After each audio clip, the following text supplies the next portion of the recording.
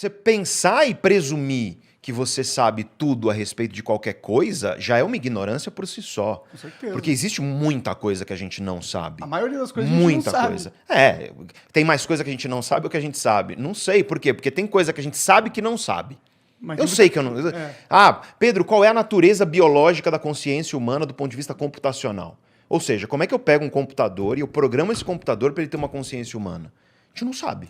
Estão tentando aí. Tem um projeto na Europa muito grande, tem um projeto nos Estados Unidos muito grande. Que Isso da tem. hora, que da hora. Mas assim, tem os neurocientistas que dizem que isso é possível e tem os que dizem que não vai rolar. E é muito louco porque os caras brigam e tal, mas enfim, divide os caras. Não sei. Eu sei que eu não sei isso. Agora, tem uma porrada de coisa que eu nem sei que eu não sei. Porque a gente não faz nem ideia disso. Sim. Para pra pensar em coisas hoje que nos parecem óbvias, assim. E a gente nem sabia que a gente não sabia disso 1000 anos atrás, 2000 anos atrás. Sim. Né? Caralho. Sei lá, velho. Para pra pensar em. Antibióticos. Não, para pra pensar na natureza, Voar. na natureza quântica das coisas. Natureza quântica das coisas que físicos explicam muito melhor do que eu, até Quarks. porque tem o Richard Feynman, o grande Nobel, ele tem uma frase que eu acho ótima, né? Cara, esse cara era um professor, assim, que é um dos caras que me inspirou como professor. E ele dizia, se o cara diz que entende de física quântica, ele não entende de física quântica. Porque quem entende fala que não entende, né? Porque é muito complexo, cara, muito complexo. Vocês estiveram com o Pedro Luz aqui, Aham. então eu queria mandar um abraço para ele, porque ele não sabe, eu não conheço ele, mas eu admiro muito o canal dele. Cara, que cara bom comunicador, Ele é bom, né? ele é excelente. Pô, aprendo muito. Eu, professor, tenho a minha área de especialidade. Mas então tem muita coisa que a gente não sabe que não sabe. Então, a vastidão da ignorância, ela é muito grande. É muito grande. E você precisa admitir isso. No entanto, e aí o David Eagleman fala isso lá na palestra dele, tem coisa que a gente sabe. Sim. A Terra não é plana. Tipo, o exemplo que ele dá é esse, entendeu? E, tipo, não é. E assim, se você entende como um satélite funciona e você entendeu física de ensino médio, você sabe que a Terra não é plana. Você sabe que teve um cara lá na Alexandria, eu não vou lembrar especificamente onde é, mas ele calculou a circunferência da Terra baseado em sombra. Cara, 2000 anos atrás. Só que aí a gente vem para um problema da internet, talvez. O Umberto Eco, grande intelectual italiano, ele disse o seguinte, então não são minhas palavras, ninguém se ofenda comigo, porque foi palavra do Umberto Eco. A internet, ela não criou nada. Ela só deu voz a uma legião de idiotas. Ele fala com essas palavras. Porque o que ele quer dizer? Que não é que nasceu um monte de gente, nas palavras dele, idiotas. Eu acho muito ofensivo esse jeito de falar. Mas o que ele quer dizer é que a internet deu voz nesse sentido. Então eu acho que já que a internet ela faz um papel que é muito bom de certas coisas, mas muito problemático de outras, porque as pessoas acham que, porque eu comento, eu sei. Eu vejo, às vezes, existe uma escada de consciência quando você é produtor de conteúdo na internet, né? No começo, eu, professor, li os comentários todos, não sei o que e tal. Eu vou te falar que eu tenho uma das comunidades mais respeitosas da internet. É muito raro aparecer Isso é bom. uma outra coisa assim Só os caras que estão ofensiva. preocupados em neurociência, né? Não são Eu os- acho que os já burrão, chatão. já meio que filtra alguma coisa aí. Mas, cara, você vê certos comentários, às vezes eu vejo vídeo de ciência, eu entro lá num canal bacana que eu gosto, eu vou ver os comentários e eu falo, cara, esse cara precisa voltar 10 casas assim no jogo, e porque ele tá muito errado e ele não sabe que ele tá errado. Ele não sabe o quanto que ele não sabe, entendeu? E a nossa educação e escolarização, ela não nos prepara para fazer boas perguntas. Ela nos prepara, talvez, para ficar decorando resposta. E talvez esse seja o problema. Talvez você precise de uma educação mais filosófica, no sentido grego da palavra, onde as pessoas estejam mais influenciadas ao quê? Cara, deixa eu questionar, deixa eu usar minha racionalidade. Porque para pensar nisso, o Igor, o Monark. Isso aqui, vamos parar pra pensar no microfone? Eu tô falando aqui, o cara tá ouvindo lá, o cara tá no Acre, com o celular na mão, e ele tá me ouvindo. Como isso acontece? O cara chega na casa dele, liga o interruptor e acende a luz. E ele não faz ideia de como isso acontece. É mágica, no fim das contas. No fim das contas. Eu estava dando uma palestra uma vez, uma aula, na verdade. Estava dando uma aula na Casa do Saber. E aí eu tava falando sobre a evolução humana, 70 mil anos atrás, da onde a gente saiu, caçadores e coletores, até os dias de hoje, do ponto de vista do cérebro e tudo mais. E aí um cara levantou a mão e falou, professor, mas a humanidade, hoje ela construiu a física quântica e não sei o quê. Aí eu virei para ele e falei, cara, o que você quer dizer com humanidade? E construiu a física quântica. Porque assim, você está usando humanidade como potencial humano. Aí eu concordo. Agora, se você usar a humanidade como humanidade, tipo seres humanos, o cara acende o interruptor na casa dele, ele não sabe por que acendeu. O cara pega o celular dele e tá vendo um vídeo agora no YouTube, e ele não faz ideia de como aquilo aconteceu. Ou seja, é uma coisa meio mágica mesmo. Sim. Então, aí eu volto ao ponto que eu estava falando antes, que é, hoje o mundo, ele pega e coloca uma cortina em processos, nas complexidades, porque aí fica tudo mais fácil de você consumir, e aí temos empresas que se beneficiam com isso, e tudo bem, eu não estou criticando, acho ótimo, e como disse, o mundo hoje, o melhor mundo aí que nós temos, mesmo depois desses 2 anos difíceis aí, e continuamos num ano que certamente vai ser difícil esse ano que está entrando. Mas o que eu quero dizer é, o cara olha, e aí ele vê um produtor de conteúdo lá e fala, pô, a vida desse cara é fácil. O cara só grava uns vídeos. A gente tava falando disso aqui antes. O cara só grava tu não uns trabalha vídeos. não? Tu só grava uns vídeos? Sentar e conversar. Professor ouvi isso antes da internet, né? Você trabalha ou você só dá aula? Sabe o que eu ia fazer antes de vir pra internet? O quê? Eu era professor de inglês. Aí, ó. Então eu escuto essa porra a minha vida inteira. Então eles falavam mesmo de professor? É isso, Sacanagem. é isso. Mas você trabalha ou você só dá Pô, pra aula? professor é sacanagem, né? Porque é um trabalho da aula, porra. Tipo, é claro. Olha aí, não é claramente só um trabalho não, cara. É um trabalho que não é pra qualquer um, não. Eu cheguei Sim. já a dar 35 aulas por semana. Tem gente que... Aí eu falo, quando eu falo sobre motivação, quando eu falo sobre... Cara, vai assumir tua vida, vamos nos limites do que você tem aí de possibilidade. Tem gente que fala, pra você é fácil, tá aí, né? Tá aí no ar-condicionado, né? A minha vida é repetitiva, é rotina, não sei o que mais. Aí eu falo, cara, eu já dei 35 vezes por semana a mesma aula. A mesma. É a mesma piada, é o mesmo tema, é a mesma, sabe? Tudo igual. E se tem uma coisa que é rotineira, que é repetitiva, é o trabalho de um professor. E o bom professor, e isso o Clóvis me ensinou muito, é o professor que ele encontra encanto em melhorar em 1% a aula dele a cada aula e brincar com os alunos, e interagir, em estar aqui, ó.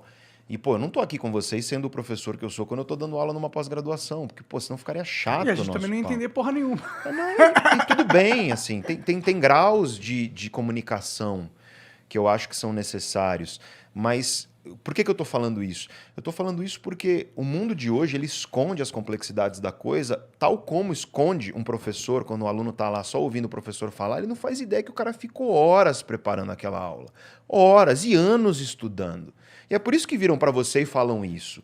É por isso que viram para você, você é só professor, você só dá aula num trabalho, porque ninguém viu o que você passou lá, né? Parece que você gratuitamente, sabe, baixou em você o conhecimento. Spawnou, E aí pronto, eu sei agora. E na internet acontece muito isso. E talvez por isso, quando eu comecei o canal, as pessoas virassem para mim e falassem, vai, internet é coisa de não sei o quê, não vai para lá e tudo mais. As pessoas não fazem ideia, cara, do estresse que é você gravar um vídeo. E aí, no meu caso, porque assim, não tem vídeo banal lá no canal, são vídeos de conhecimento, eu estudo muito antes de postar um vídeo. Tem que ter as referências em dia lá. Tem que ter referência na descrição do vídeo, que é para as pessoas lerem se elas quiserem. Cara, é conhecimento, e é conhecimento complexo. Aí você passa horas estudando, horas, e horas, senta na frente de uma câmera, e é muito louco isso, não sei vocês, mas se eu vejo os meus primeiros vídeos, eu tenho um pouco de vergonha de mim mesmo, assim, porque... Com certeza. Durão na câmera, né? Tipo, parece um robô, assim, não sabia. Tô acostumado a falar com um ser humano, com um aluno na sala de aula.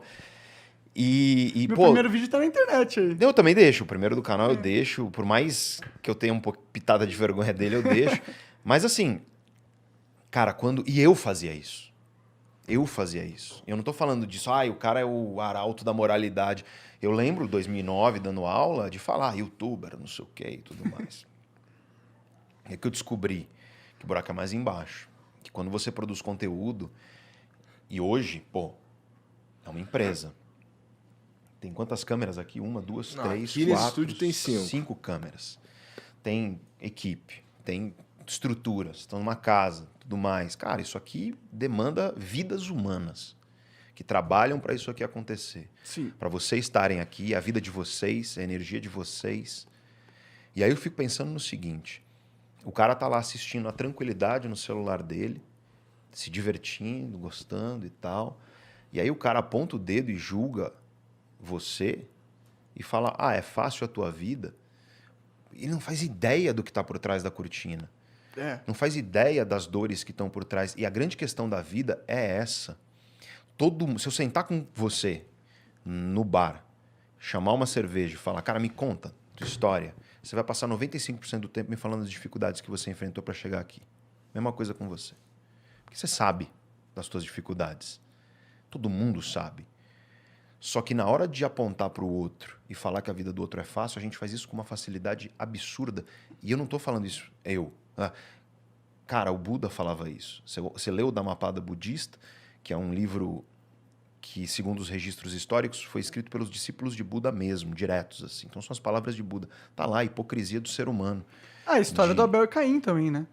E na Bíblia você tem o Abel e Caim, você tem também, para mim, uma passagem